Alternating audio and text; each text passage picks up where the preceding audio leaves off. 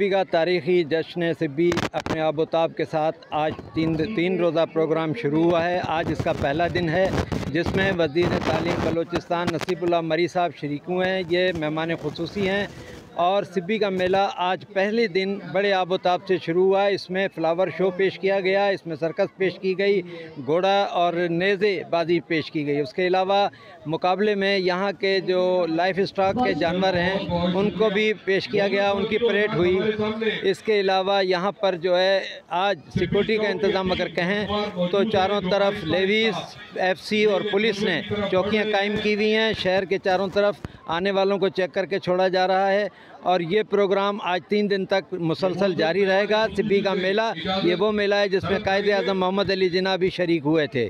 जी।